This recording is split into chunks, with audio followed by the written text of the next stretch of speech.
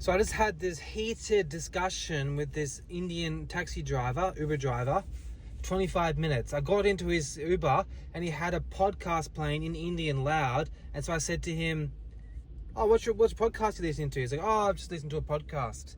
I said, "What's it about?" He said, "Oh, it's about this young Indian man. He's all about freedom. And, it's very modern." And I said, "Oh, okay. Since moving to Australia, have you attempted to assimilate into Australian culture?" He's like, "Oh, no Australian culture. Australia is, they took the Aboriginal land, they're no Australian culture." And I said, "Oh, that's actually a very disrespectful thing to say. And so you just come for economic prosperity, which is a byproduct of Australian culture. I mean, other people have so-called taken over other places, and there hasn't been the whole world trying to move there.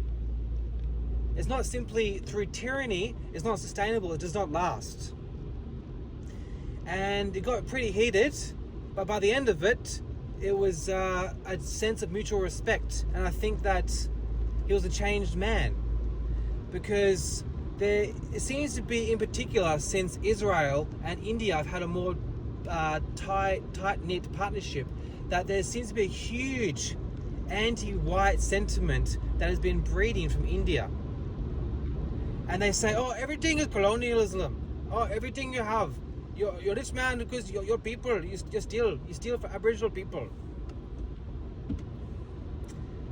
And he was a very intelligent guy, but it was quite difficult to understand him because he has a very thick Indian accent. But we had a really reasonable discourse. And I did admit, I did feel quite angry when I had this fire, this build up in my chest when he first said that Australia has no culture. And we explained, and a particular idea is that yes, Australia is based on Anglo-Saxon Celtic culture as a baseline. But he admitted that, but then it doesn't make any sense why he said he's not trying to assimilate at all into Australia, because there is no culture, and I quote. But then he admitted that Australia is based off UK culture, with obviously a twist. He said, "Oh, the only reason why we moved here is because we wanted the better weather."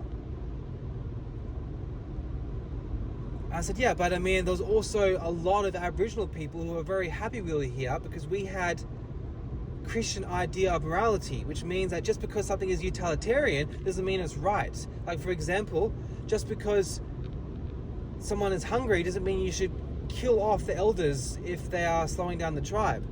Or just because someone is an elder of a tribe, like someone who's respected, doesn't mean they have access to any female they want."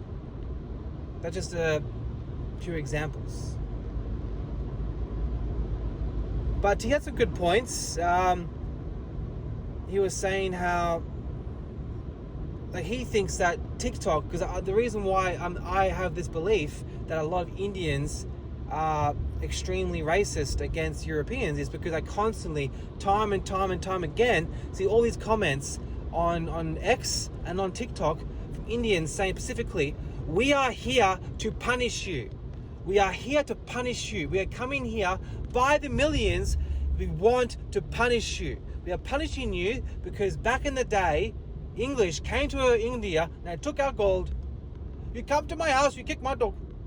So they are saying that they are coming here in droves to wipe out what's left of Anglo-Celtic culture in the pursuit of redemption to make up for the war crimes that England imposed upon the pure, innocent, naive, succulent Indians. And the big bad redcoats came along and just manipulated the Indians into giving up all their hard-earned gold. And they were just pure, white, crystal, beautiful, clear people that were taken advantage of by the big bad English. And so now it's time for punishment, and we will be swiftly be eradicated. And that's what the consensus is. And he said, well, that's only because of people trying to get likes on TikTok and X, so they're going to say this stuff that's controversial. And I somewhat agree, but they're real profiles. But the interesting thing about the altercation, it was that at first it was very heated, but what I found fascinating is that if you talk for a long time, eventually people seem to calm down. You just need to get over that initial emotional response. People are so deprived of academic conversation about real things that they get this huge emotional response, and then they're like almost so relieved that you're actually willing to give and take, and not just pure emotion. So end of the day, all I'm saying is we need to have these conversations more, and I actually would like to have a conversation with him on a podcast.